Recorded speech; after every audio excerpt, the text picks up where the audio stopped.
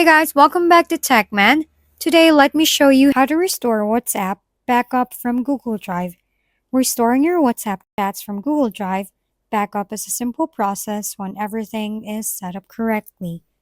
Before switching devices or reinstalling the app, it's a good idea to make sure your latest backup exists.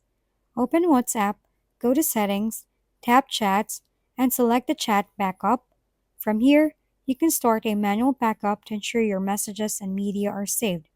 Once that's done, the restore usually happens when you reinstall WhatsApp.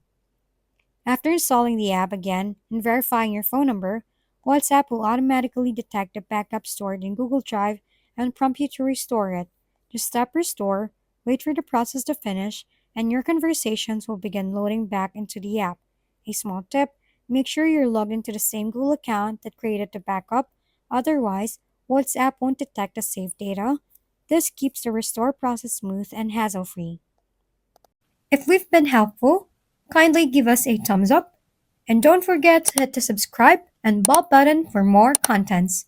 For any questions and suggestions, comment down below.